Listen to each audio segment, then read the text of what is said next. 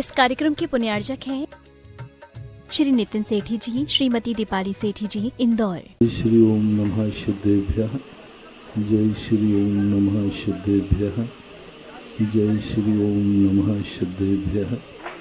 सर्वमंगल मांगल्यं सर्वकल्याणकारकं प्रधानं सर्वधर्माणां जैनं जयतु शासनं।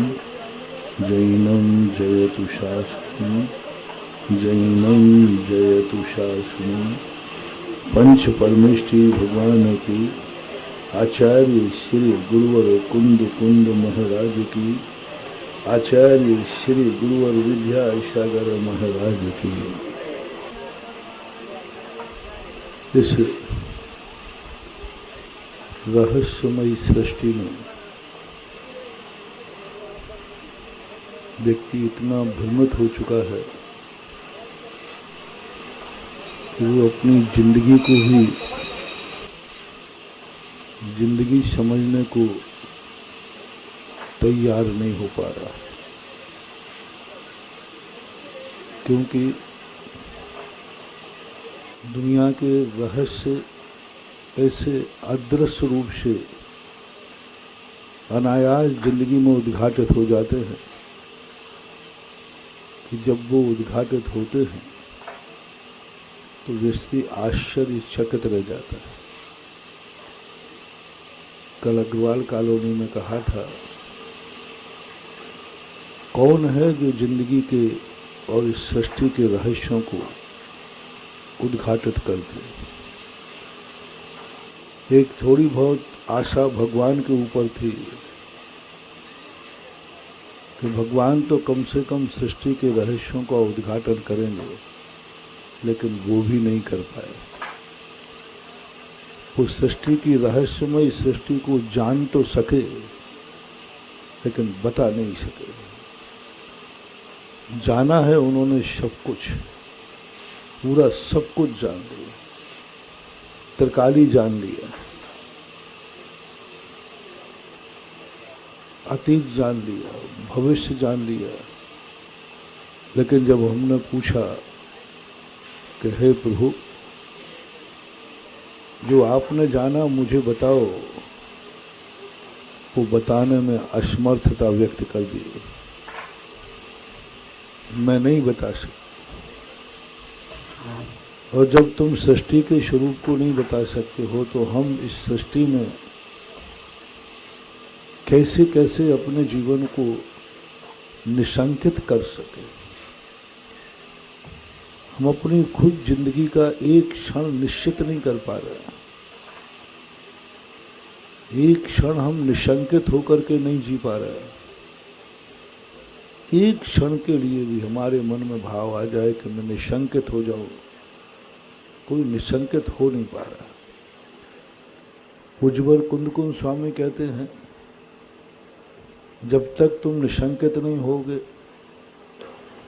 तब तक तुम उन रहस्यों को जान भी नहीं पाओगे। और जनाने वाला भी जनाएगा तो तुम जानोगे नहीं, समझोगे नहीं, क्योंकि वो जो बताएगा उस पर तुम विश्वास ही नहीं करोगे। तो हमारे पास दो रास्ते बचते हैं। पहला रास्ता कि हम इतने समर्थ हो जाएं कि स्वयं अपने ज्ञान चक्षुओं से सृष्टि को पूर्ण रूप से जान सकें और अपनी जिंदगी की भी त्रिकाली स्वभाव को जान सकें। मैं समझ सकूं, अनुभव में ला सकूं कि कल में क्या था। कल में था, लेकिन मुझे पता नहीं कि मैं था। कैसे रहस्यमय जिंदगी। कल में था, लेकिन पता नहीं मैं कल था कि नहीं, निर्णय नहीं कर पा रहा। मैं दुनिया में कहीं था, लेकिन कहाँ था ये मुझे पता नहीं। प्रतीति में आता है, अनुभव में, कि मैं कल था, लेकिन जब हम अपने वर्तमान की स्थिति देखते हैं तो संदेह हो जाता है कि मुझे भी संदेह हो रहा है कि मैं कल था कि नहीं। ये दुनिया मेरे जन्म के पहले थी या नहीं। एक प्रश्न अंदर शंका उत्पन्न हो जाती है, हमें अपने अतीत पर शंका उत्पन्न हो जाती है, हम उस अतीत की स्वभाव के ऊपर शंका उत्पन्न हो जाती है और हम दावे से नहीं कह पाते हैं कि कल मैं था। मेरी अनुभव की बहुत दूरी नजर आ रही है कि मैं जन्म के पहले भी दुनिया में था।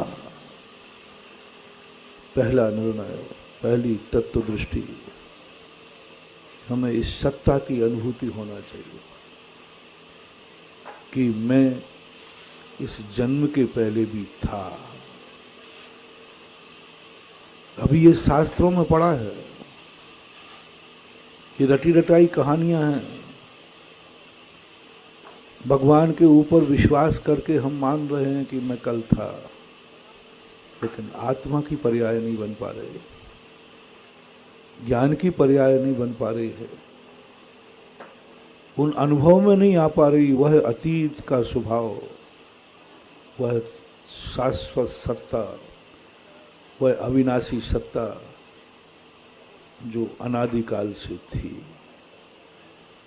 वर्तमान का सब कुछ मिटता हुआ देख के तो ऐसे लगता है कल कुछ भी नहीं था, कल मैं भी नहीं था, कल दुनिया भी नहीं थी, क्योंकि मैंने सब कुछ मिटते हुए देखा है, सब कुछ मिटता हुआ देख रहा हूं, सब कुछ मिटता हुआ देख रहा हूं। बनता हुआ कुछ दिखते ही नहीं, बनता हुआ कुछ दिखते ही नहीं, सब मिटता हुआ दिखता है। निर्भय का क्षण मिलते ही नहीं, सब भयशील का क्षण अनुभव में है। किस दिन हम निर्भय रहे हैं वो मुझे अनुभव में नहीं है, लेकिन भय का दिन आज भी अनुभव में, अभी भी भय में ही हूं। निर्भयता की अनुभूति नहीं हो रही। याद भी नहीं है कि कोई दिन ऐसा था जिस दिन मैं निर्भय था, खबर नहीं, कभी हुआ हो तो पता नहीं। बहुत याद करने पर भी याद नहीं आता कि मैं किसी भी क्षण पूर्ण निर्भय था, 7 भयों से मुक्त था। भय मुक्त जिंदगी का एक क्षण नहीं याद, लेकिन भयशील जिंदगी इस समय भी भय में ही जी रहा हूं, एक क्षण को भयशील जी रहा हूं। थोड़ा जल्दी करना है, धूप हो जाएगी, स्वास्थ्य बिगड़ जाएगा, भय की शंका अभी भी बैठी है। प्रवचन शुरू करने के पहले घड़ी देख ली, कितने बजे बंद करना है, भय बना हुआ है। शक्ति नगर वालों ने कहा महाराज चलो, भय हु हा तत्ता है, गर्मी का भय। क्या है ये जिंदगी? हर चीज का भय। जिंदगी में जो कुछ है उसका आनंद हमें कम आ रहा है, ये चला ना जाए इसका दुख ज्यादा सता रहा है। बड़ी विचित्रता। कभी जब शांत चित्त होकर के बैठते हैं तो अपने मन पर, खुद पर बावलापन नजर आता है।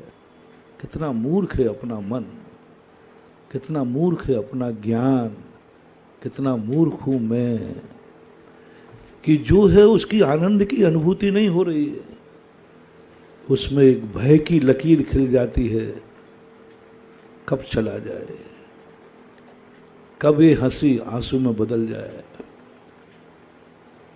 कब ये सुख का क्षण दुख में बदल जाए। अभी बदला नहीं है, अभी सुखी हूं, लेकिन वो सुख की आनंद की अनुभूति कम है और दुख की आनंद की अनुभूति ज्यादा है। गजब जब हो गया जब मुनिराजों के गुणस्थान में भी आर्त ध्यान ने प्रवेश कर दिया। तुम गृहस्थों में तो कोई बात नहीं थी, लेकिन मुनिराज के दरवाजे में भी आर्त ध्यान प्रवेश कर जाए, पीड़ा चिंतन, इष्ट वियोग और अनिष्ट ये प्रवेश कर गया, ये क्या है? ये भय ही तो है, यही तो हमारे उस शुद्धोपयोग में बाधक है, वही तो निर्विकल्पता में बाधक है। उसी कारण से तो हमें मोक्ष मार्ग है लेकिन मोक्ष नहीं है, क्योंकि हमारा जो कुछ भी है सब सविकल्प है। हर विकल्प में एक भय की लकीर बैठी हुई है। प्रयास एक ही करना है, वो क्षण कब आए जिस क्षण मुझे मात्र निर्भय की अनुभूति हो, जो मैं है उसको पूर्ण आनंद ले सकूं, जो कुछ भी है, जैसा भी हो। चोर भी चोरी करता है लेकिन वो भी निर्भय होकर नहीं करता, उसको डर लगता है पुलिस ना आ जाए। हम मुनि बने, हमें डर लगता है कहीं ये कोई ऐसी परेशानी ना आ जाए जिससे मुनि व्रत पालन करने में परेशानी आ जाए, कहीं सामायिक ना छूट जाए, कहीं प्रतिक्रमण ना छूट जाए। एक भय बना रहता है,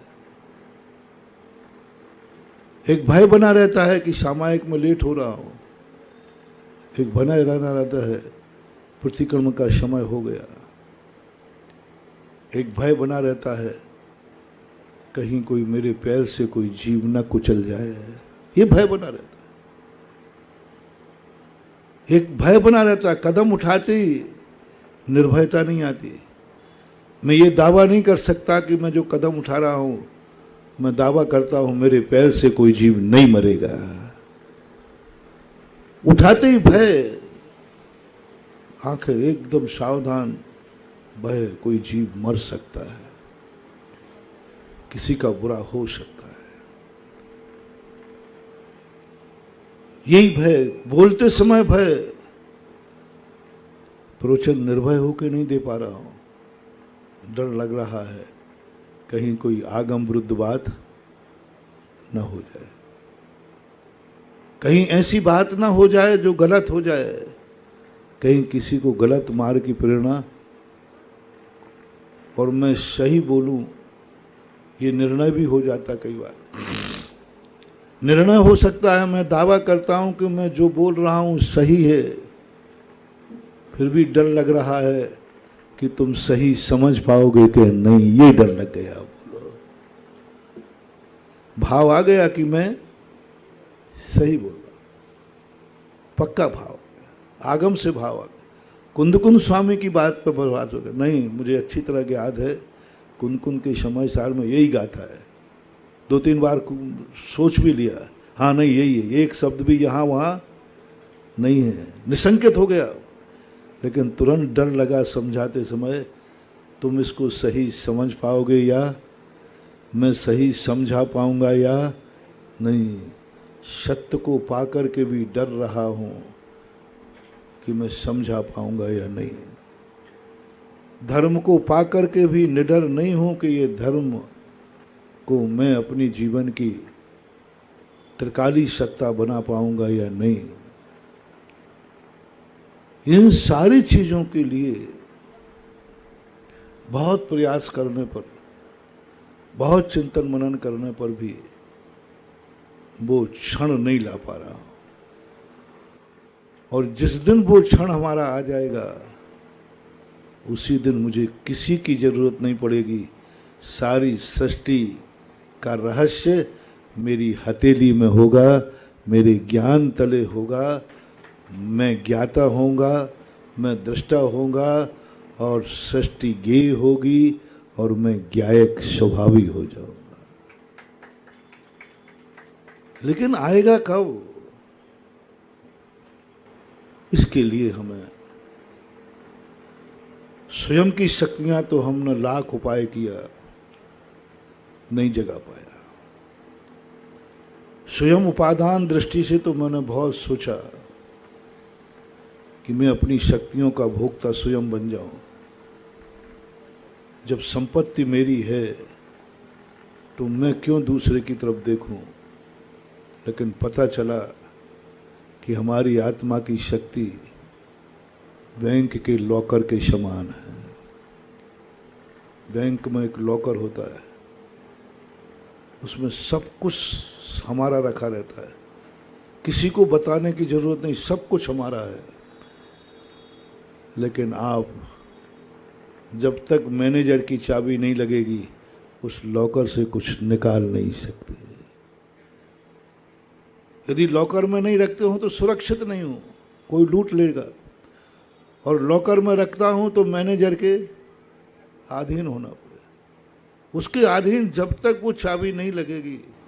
मालिक मैं हूं, संपत्ति मेरी है, सब कुछ मेरा है, लेकिन एक बैंक मैनेजर की एक चाबी, वो कहेगा मैं आपको कोई डिस्टर्ब नहीं करूंगा, लेकिन मेरी अनुमति के बिना आप वहां तक पहुंच नहीं सकते।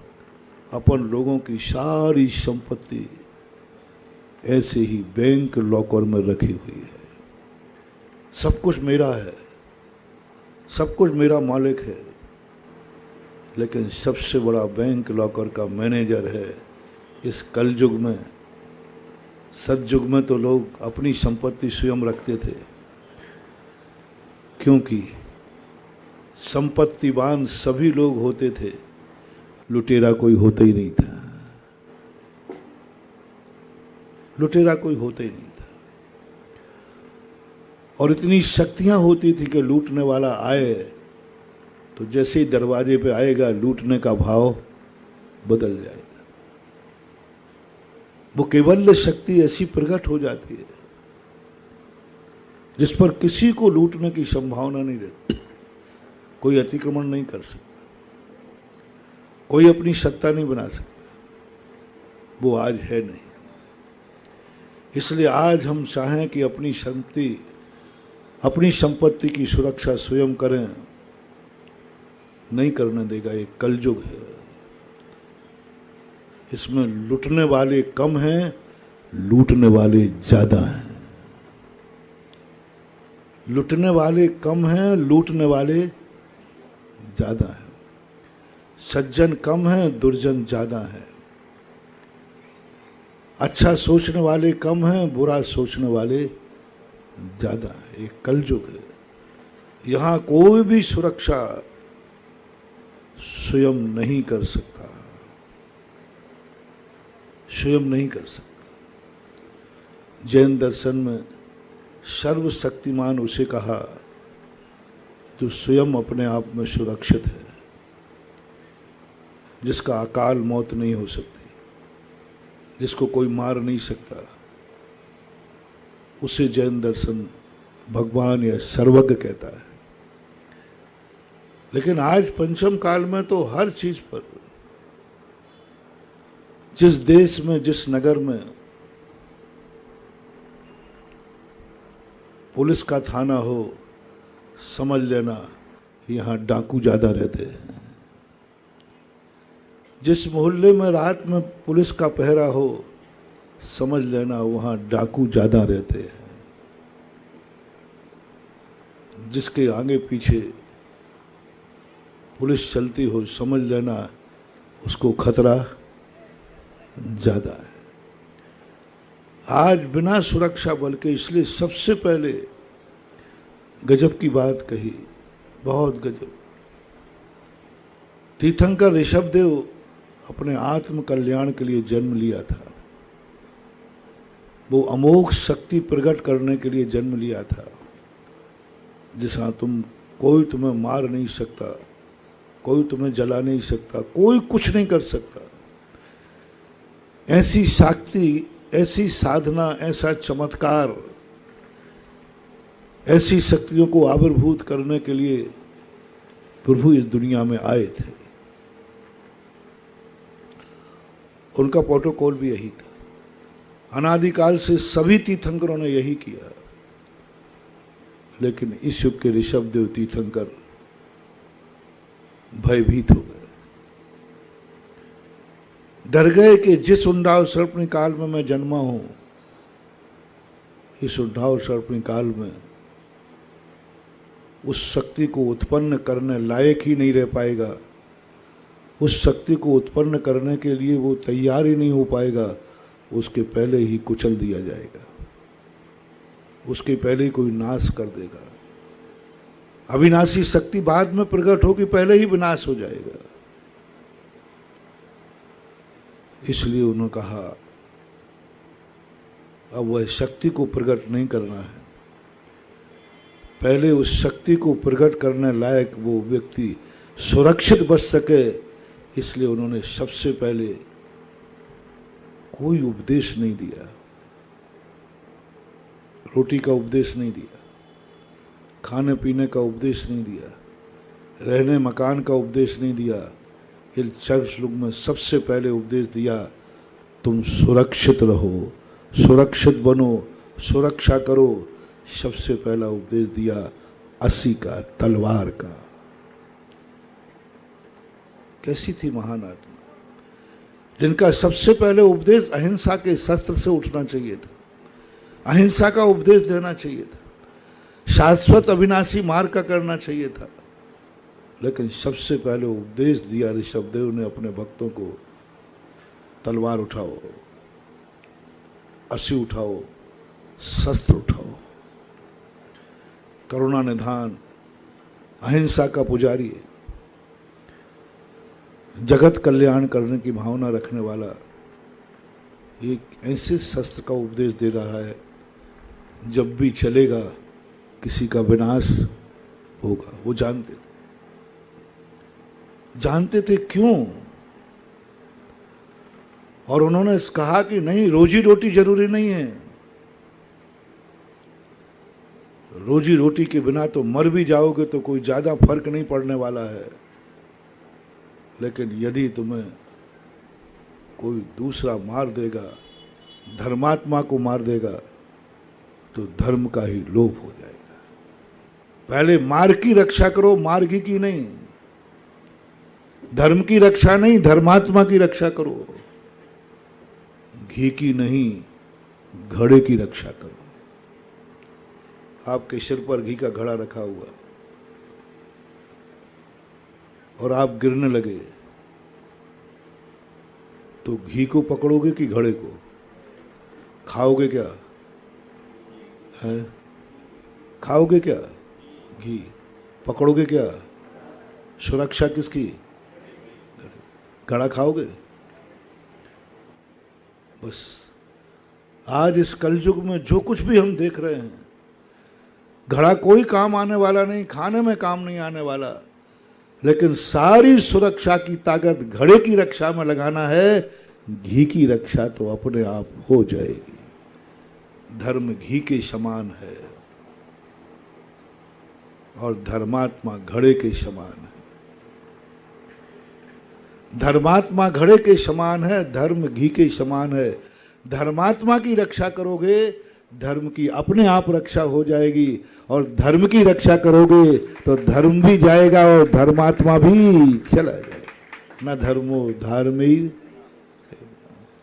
यदि हम चाहें घी खाने में आना है, इसलिए घी को पकड़ लो। घी को पकड़ोगे, हाथ में क्या आएगा? घी भी जाएगा, घड़ा भी जाएगा। ये लोग चूक रहे। जितना व्यवहार धर्म है वो घड़े के समान है, निश्चय धर्म घी के समान है। आनंद घी में ही है, ताकत घी में ही है, शाश्वतता घी में ही है।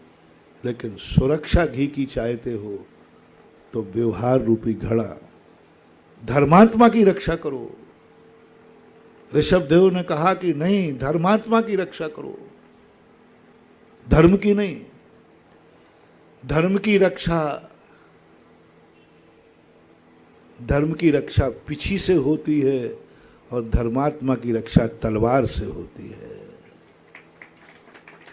धर्म की रक्षा अहिंसा परमो धर्म, पीछी जब भी चलेगी अहिंसा सुरक्षित होगी, अहिंसा बढ़ेगी, कोई जीव बचेगा। और तलवार जब भी चलेगी है। अब दो शस्त्र ऋषभदेव ने सोचे, धर्म की रक्षा और धर्मात्मा की रक्षा। ऋषभदेव ने सबसे पहले सोचा धर्मात्मा की रक्षा और धर्मात्मा की रक्षा के लिए उन्होंने असी का उपदेश दिया, शस्त्र का उपदेश दिया और समर्थवानों को तैयार किया कि तुम शस्त्र लेकर खड़े हो जाओ। ये कलयुग है, ये हुंडा और शर्मणी है। शस्त्र लेके खड़े हो जाओ, जो अच्छे लोग हैं, जो समर्थ लोग हैं, जो शक्तिमान लोग हैं। क्यों? धर्मात्मा की रक्षा करने के लिए। जो सज्जन हैं, जो सज्जन हैं, जो धर्मात्मा हैं, क्योंकि वो धर्मात्मा स्वयं शस्त्र चला के नहीं जानता, इसलिए उन्होंने धर्मात्मा के दो रूप बनाए। एक वह जो धर्म को धारण करता है, एक धर्मात्मा वह है जो धर्मात्मा की रक्षा करता है। एक धर्म वह है जो स्वयं अपने आप का धर्म का पालन करता है और एक वह है धर्म के पालन करने वाले की सुरक्षा करता है। दोनों धर्मात्मा। हमारे यहाँ एक कथा आती है शुकर की। एक मुनिराज धर्म के आयतन थे, वे अपना बचाव नहीं कर सकते थे। धर्मात्मा कभी अपनी सुरक्षा नहीं कर सकता, करता भी नहीं। घड़ा अपने आप को सुरक्षित नहीं कर सकता, घड़ा कभी सुरक्षित नहीं रह सकता। घड़ा अपनी सुरक्षा नहीं कर सकता, घड़ा की सुरक्षा पराधीन है। धर्मात्मा कभी अपनी रक्षा नहीं कर सकता, क्योंकि वो बड़ा आदमी है, महान आदमी। जो जितना महान होता जाएगा वो अपनी सुरक्षा से दूर हटता जाएगा। सबसे बड़ा राष्ट्रपति होता है, राष्ट्रपति के पास शस्त्र नहीं होता, क्योंकि वो बड़ा आदमी है। राष्ट्रपति स्वयं किसी को मार नहीं सकता, क्योंकि वो बड़ा आदमी है। राष्ट्रपति अपने पास स्वयं के लिए सुरक्षा के लिए शस्त्र नहीं रख सकता, क्योंकि बड़ा आदमी है। एक राष्ट्रपति को बंदूक नहीं दी जाएगी, चाहे हजारों सैनिक उसकी सुरक्षा के लिए लगा दिए जाएंगे। हजारों सैनिक लगाए जा सकते हैं, और राष्ट्रपति जब आता है तो सैकड़ों सैनिक लग जाते हैं, लेकिन राष्ट्रपति को कोई शस्त्र नहीं दिया जा सकता। जितने अधीक्षक होते हैं, कलेक्टर शस्त्र नहीं रखता, उसके लिए एसपी रखता है। ऐसा ही महानुभाव धर्म और धर्मात्मा, ये दोनों वस्तुतः अपनी सुरक्षा से बहुत दूर रहते हैं। वो अपनी सुरक्षा करने में पूर्णतः असमर्थ नहीं, भाव ही नहीं करते। तो ऋषभदेव ने कहा कि धर्मात्मा मर जाएंगे, धर्म मिट्टी में मिल जाएगा, घड़ा फूट जाएगा, घी मिट्टी में मिल जाएगा, धर्मात्मा टूट जाएगा, धर्म मिट्टी में मिल जाएगा। तो उन्होंने एक धर्मात्मा को पैदा किया। तुम धर्म नहीं कर सकते हो, कोई बात नहीं, धर्मात्मा की रक्षा करो। और धर्मात्मा की रक्षा दो तरीके से हो सकती है। जो धर्मात्मा को मिटाने वाला है उसे मिटा दो,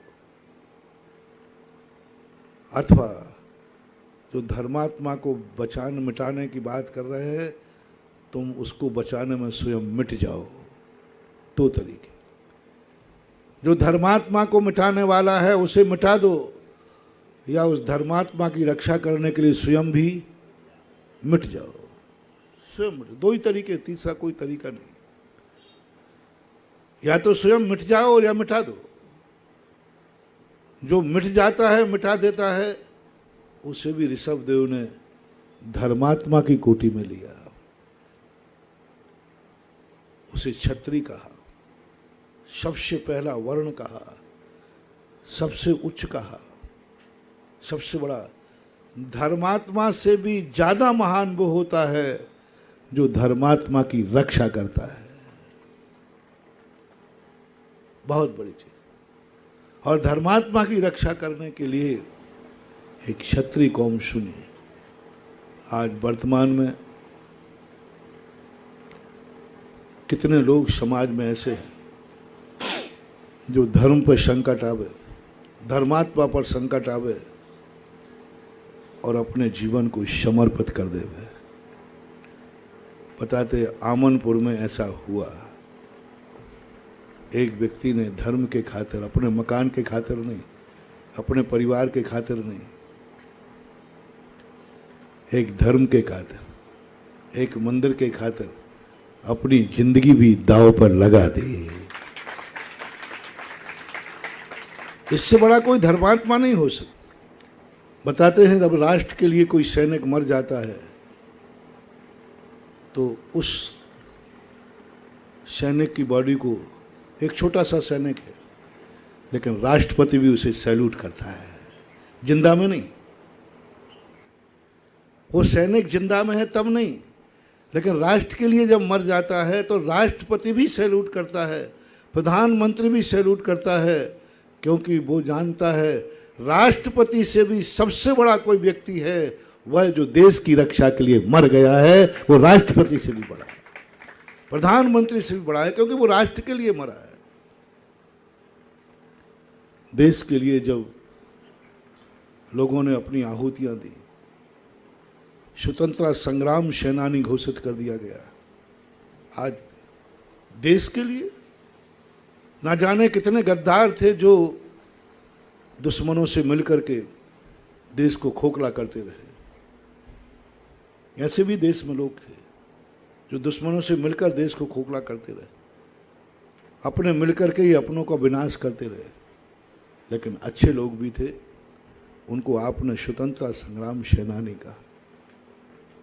और सबसे बड़ी चीज आज के समय की, जिस बात को मैं संकेत देना चाहता हूं, आज यदि दुनिया में सुरक्षा कवच है धर्मात्माओं का, तो वो है कानून, वो है अदालत, वो है पुलिस डिपार्टमेंट। ये पुलिस की वर्दी, कोई पुलिस का रूप कोई साधारण मत समझना। ये पुलिस की वर्दी ये प्रथम तीर्थंकर ऋषभदेव की दी हुई है। जिस सैनिक, जिस पुलिस का कोई काम नहीं है, एक ही काम है इनका, कोई दुर्जन सज्जन का शोषण न करे, धर्मात्मा की रक्षा करना। धर्म की रक्षा ये नहीं कर पाएंगे, धर्म की रक्षा हम लोग करेंगे।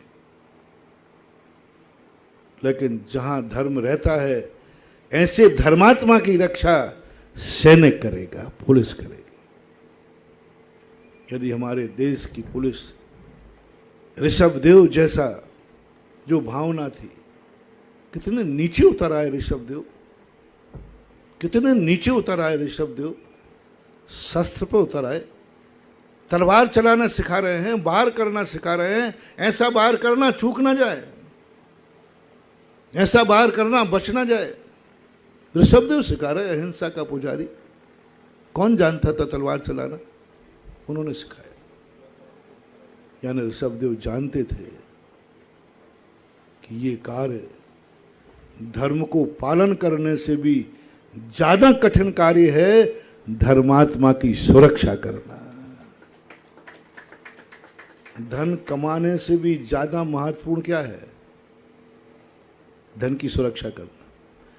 धन कमाना उतना कठिन नहीं है जितना धन की व्रत और नियम लेना उतना कठिन नहीं है, लेकिन व्रत की सुरक्षा, नियम व्रत की सुरक्षा करना बहुत कठिन है। व्रत लेने में तो क्या लगना, 1 मिनट में व्रत लेते कि साहब मैं नियम लेता हूं, लेकिन ये नियम जीवन तक सुरक्षित रहे। बोलो, नियम लेना सरल है कि नियम की सुरक्षा सरल है?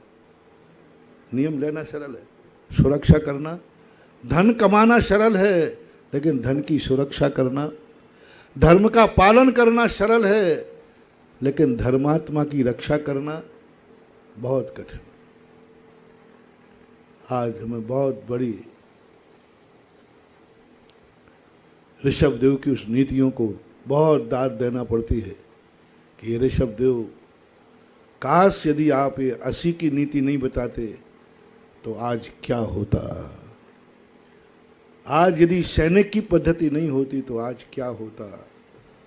आज पुलिस नहीं होती तो क्या होता। आज तलवार चलाने वाला रक्षक नहीं होता तो क्या होता। क्या होता?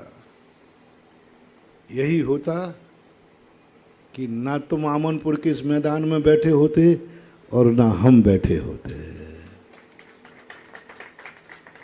ना तुम बैठे होते और ना सज्जनों की रक्षा मात्र कानून कर सकता है,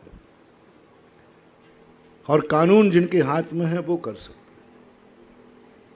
इसलिए मैं सदा सैनिकों को, पुलिस को, जजों को जब भी उपदेश देता हूं, कल युग में आपके पास जो कानून है यही ब्रह्मा है, यही विष्णु है, यही महेश है।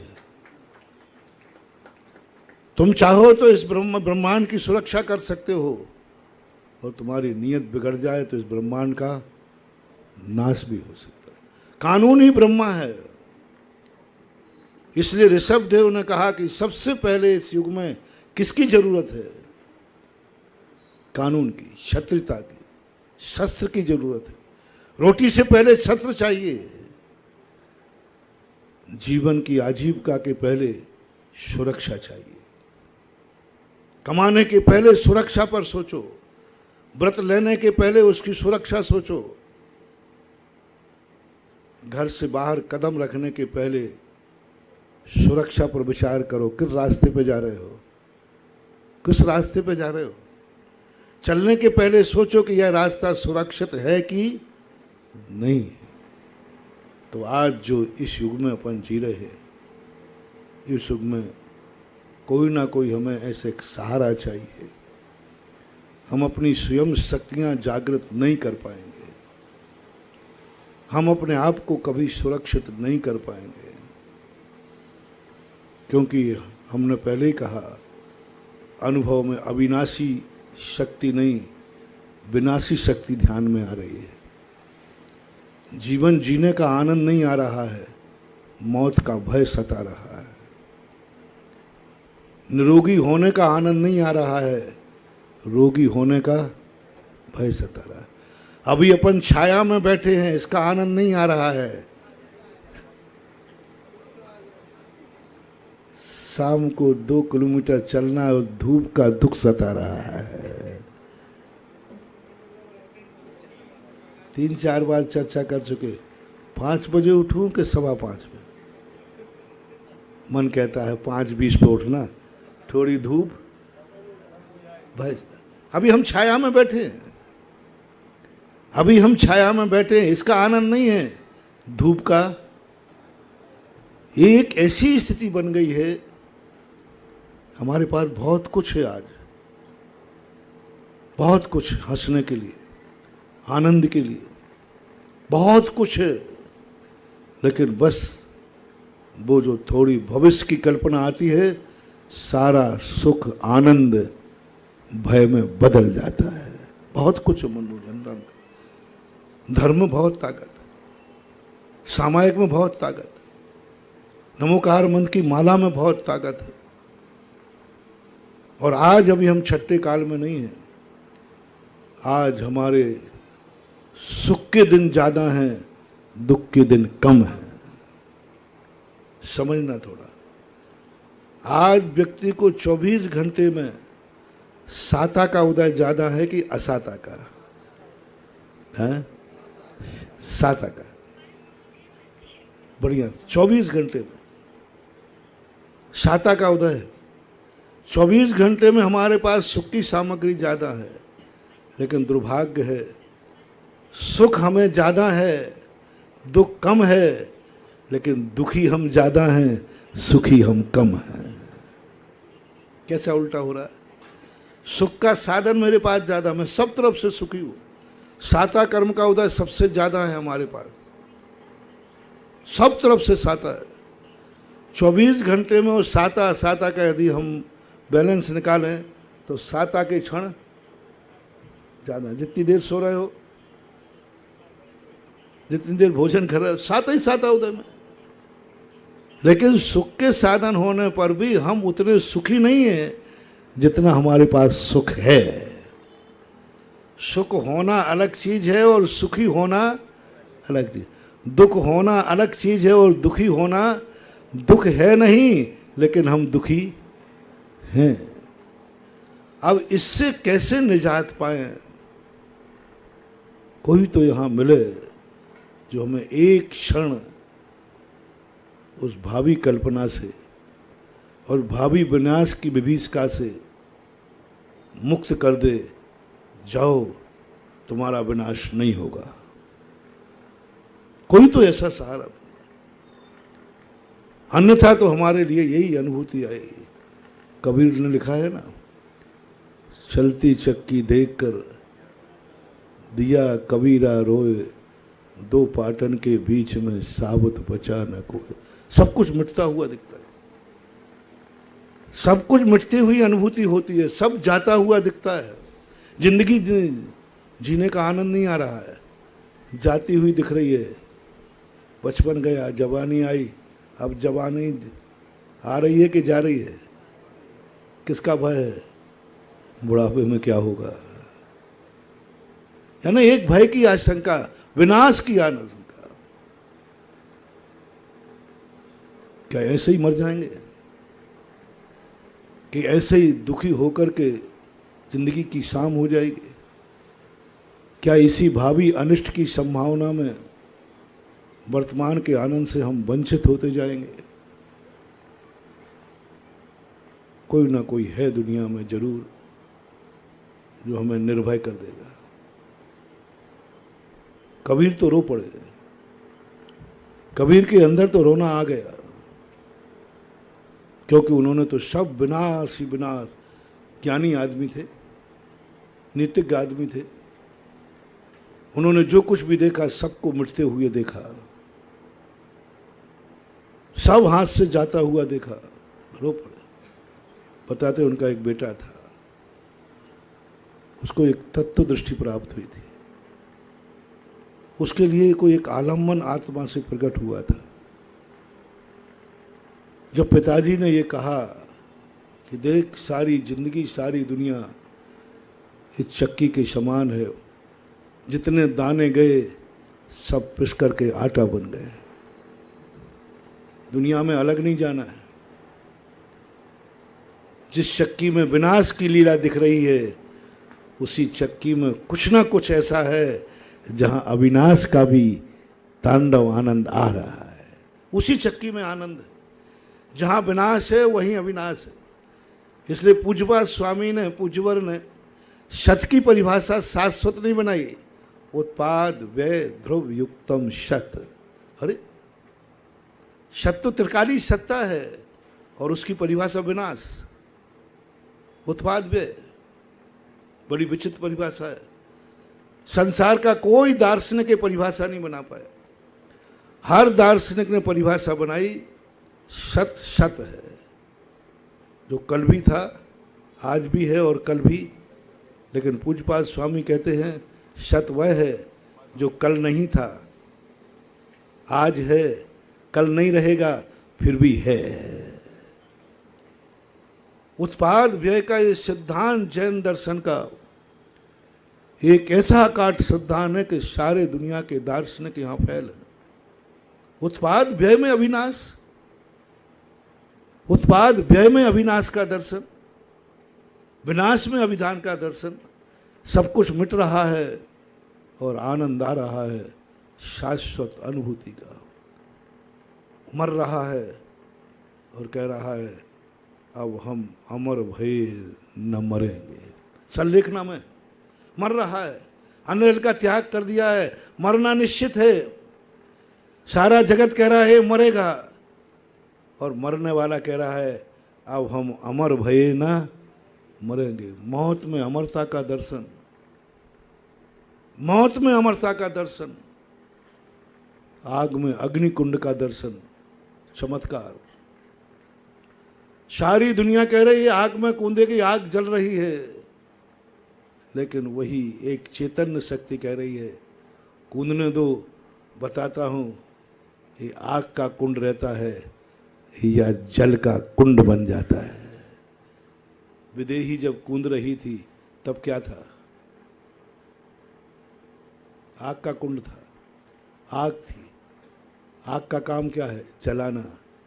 लेकिन कूदने के बाद क्या हुआ? ये तो चमत्कार है। सारी दुनिया ने अपने आंखों से आग का कुंड देखा है, लेकिन सारी दुनिया ने यही भी देखा कि वहां आग नहीं, वो तो नीर का कुंड है। सारी दुनिया ने फांसी देखी है, लेकिन ये भी देखा है कि उसी फांसी में सिंहासन दिखा है। सारी दुनिया ने विनाश देखा है, लेकिन ज्ञानी व्यक्ति उसी विनाश में अविनाश का आनंद लेता है। मौत में अमरता का दर्शन बहुत बड़ी चीज। जो मिटाने के लिए बनाया गया है उसमें अविनाश। चक्की पीसने के लिए बनाई जाती है कि बचाने के लिए? चक्की का नियम है पीसना। जो तेरे अंदर में आए उसे पीस डालो। ये चक्की का काम है, ये चक्की की अर्थ क्रिया है, ये संसार का स्वभाव है। जो भी आए उसे मिटाओ, जो उत्पन्न हुआ है वो मिटेगा। ये प्रकृति का नियम है, अर्थ क्रिया है। जो उत्पन्न हुआ है वो मिटेगा, जो जन्मा है वो मरेगा। मरना पड़ेगा, मरना पड़ेगा, मिटना पड़ेगा। ये संसार का स्वरूप है, इसको तुम बदल नहीं सकते। अर्थ क्रिया है चक्की की। अर्थ क्रिया, आपने चक्की लाई किस लिए? पीसने के लिए कि बचाने के लिए? अर्थ क्रिया। संसार की अर्थ क्रिया है मिटना, स्वभाव। अब हमारे लिए वो शक्ति चाहिए जो मौत में अमरता का दर्शन कर दे। अभी तक क्या था? हम अमर हैं, फिर भी अनुभूति किसकी हो रही? बोलो ना, मरने की। मैं सुखी हूं, मेरे पास सुख की सामग्री है, और अनुभूति किसकी हो रही? दुख की। हमें कोई मारने वाला नहीं है, लेकिन फिर भी हमें अनुभूति किसकी हो रही? भय की। ये तो अनादिकाल से हो रहा है, अब थोड़ा सा उल्टा करना है। उसका नाम है साधना, उसका नाम है तपस्या। उसके लिए बनते हैं ये मंदिर, उसके लिए आते हैं गुरु महाराज, उसके लिए होता है स्वाध्याय। बस कुछ नहीं करना। मैं अमर हूं, कल भी था, आज भी हूं, कल भी रहूंगा, लेकिन अनुभव में मौत आ रही है। ना मैं कल था, ना मैं आज हूं, ना मैं कल रहूंगा। मुझे दुख की अनुभूति हो रही है, सुख में भी। बस इतना सा उल्टा करना, कुछ नहीं करना। साधना और तपस्या धर्म का एक ही परिणाम है। सारी दुनिया को दिख रहा है ये मौत है, स्वयं भी देख रहा है मौत है, लेकिन अनुभव में आ रहा है कि अब हम अमर भये न मरेंगे। अमरता की अनुभूति। चारों तरफ से दुख है, शालिनी मांस लौंच के खा रही है, शालिनी मांस लौंच के खा रही है, और अनुभूति आ रही है अनंत सुख की। दुख में सुख की अनुभूति, अभी सुख में दुख की अनुभूति थी, वो मैंने एक पक्ष रखा। जब सुख में दुख की अनुभूति हो जाए, यह अज्ञानी है, संसार है। और जब मैं दुख में सुख की अनुभूति हो जाए, यही परमार्थ है, यही साधना है, यही तपस्या है। दुख में सुख की अनुभूति, जब चारों तरफ से दुख उमड़ पड़ा है और तुम्हारे तरफ आनंद की अनुभूति हो रही।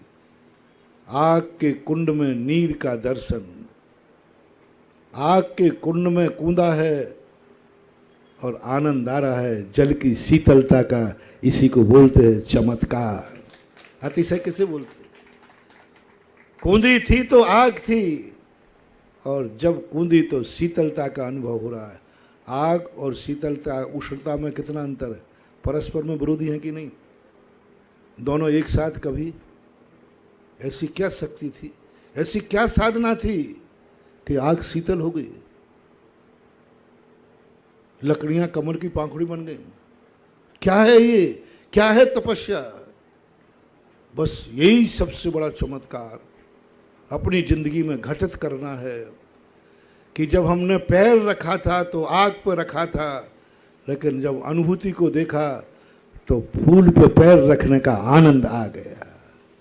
इसी को बोलते भेद विज्ञान, इसी को बोलते भेद विज्ञान, इसी को बोलते हुए अनुभूति।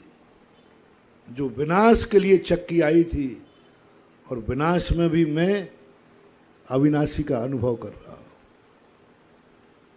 वो अविनाशी या तो आप अपनी आत्मा में से प्रकट करो, और या फिर कोई एक ऐसी शक्ति खोजो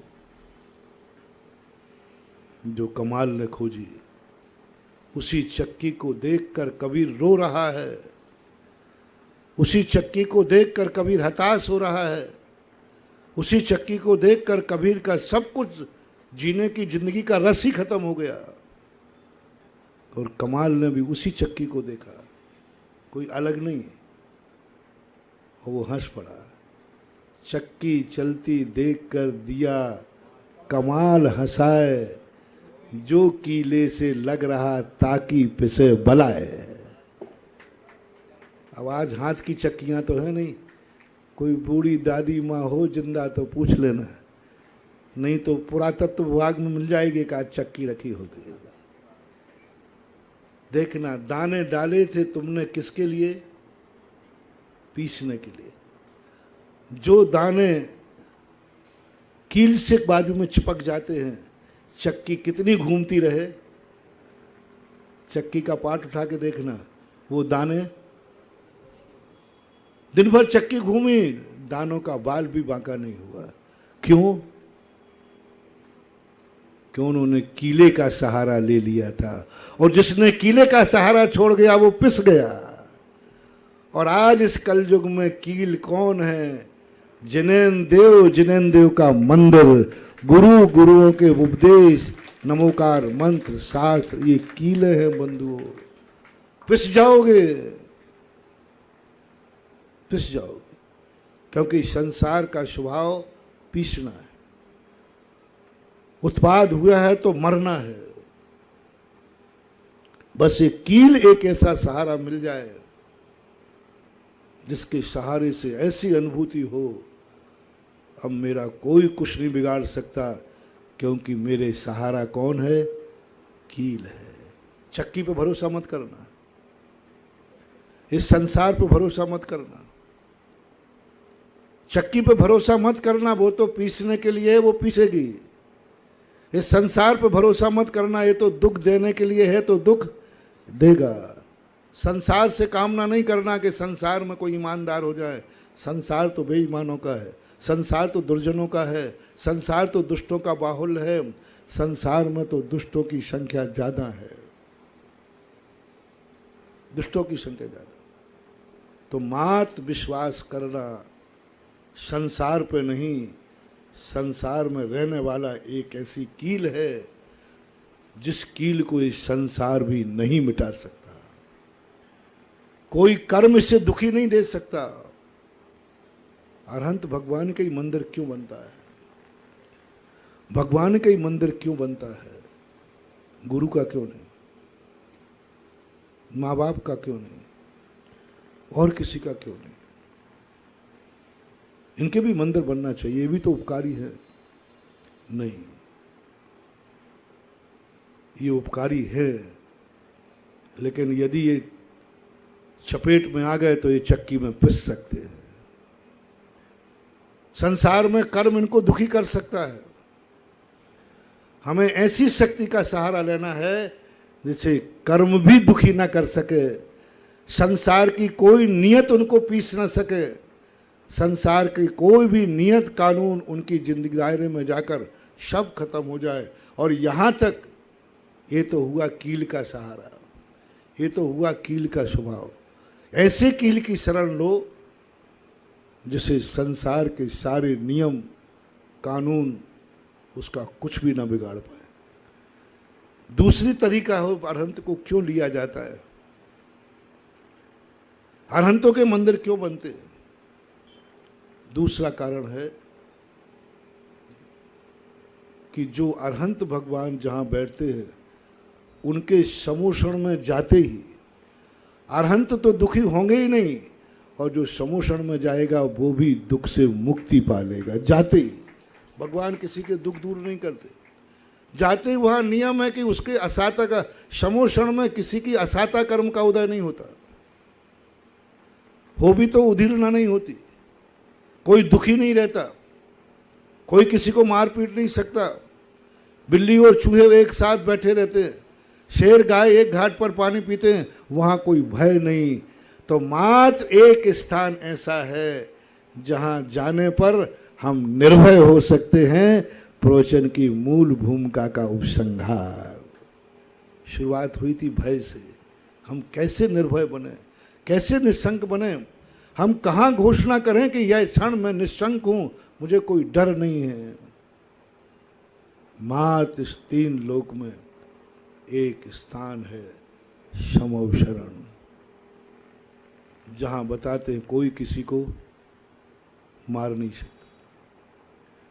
कर्म भी कितना भी दुष्ट कर्म हो जाए, जब तक वो समो शरण में बैठा है उसको दुख हो नहीं सकता। कितना बड़ी काल आ जाए, समो शरण में किसी की मौत नहीं हो सकती। समो शरण कोई दुखी नहीं हो सकता, कोई परेशानी नहीं हो सकती। जिनका ऐसा वैभव हो कि जो स्वयं दुखी नहीं रहे और उनकी छाया में आने वाला व्यक्ति भी सुखी हो जाए, इसलिए ये जिनेन्द्र देव के मंदिर ही इस कलयुग में कील के समान हैं, जो हमें इस भयानक लीला से बचा सकते हैं। और इस भयानक लीला से यदि हमारा एक आलम्बन अंदर श्रद्धा से, अंदर श्रद्धेय परिणति से यदि हो गया, तो हम मर भी जाएंगे तो भी हमें अमरता का आनंद मिलेगा। खाएंगे जहर, फल मिलेगा प्रसाद का। मीरा को जहर दिया, लेकिन मीरा मरी नहीं। दिया गया था जहर, पिया गया था प्रसाद, फल प्रसाद का मिला कि जहर का? जहर का नहीं मिला, प्रसाद का। इसी प्रकार जब व्यक्ति एक ऐसा आलम्बन ले लेता है, तो मैं ये तो नहीं कहूँगा कि तुम मरोगे नहीं, लेकिन ये जरूर दावा करूँगा कि जिसने जिनेन्द्र देव का सहारा ले लिया, वो मरता हुआ भी अमरता का आनंद का अनुभव करेगा। दुख में भी सुख की अनुभूति करेगा, आग में भी शीतलता की अनुभूति करेगा। सब तरफ से असाता कर्म का उदय आएगा, फिर भी अंदर से आत्मा में अमृत का झरना फूटता रहे। इस कार्यक्रम के पुण्यार्चक थे श्री नितिन सेठी जी, श्रीमती दीपाली सेठी जी, इंदौर।